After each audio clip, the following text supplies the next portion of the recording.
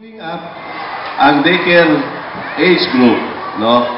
Age 4 to 5 to 4 or 5 dyan, no? So, formative years yung kabataan. So, this is the particular period na amo dyan ginamol natin ang personalidad ng bata, no? Amo dyan, na importante gid ang role ng mga daycare centers, kag mga daycare teachers.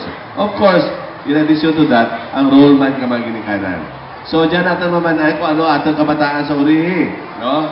Ang atong kabataan, matutom sanda, no? Nagkapanumdum sanda sa ang obligasyon sa sosyedad, ang responsibility sa family, ang responsibilidad masandalawas, dyan na ma-develop sa mo dyan adlaw, nga timpo. So, I hope that ang atong mga daycare centers, ang daycare teachers, I hope nga maka-address ka dyan, no? Of course, hindi natin pag-i-undermine or i-underestimate ang role ka mga ginikanan giya.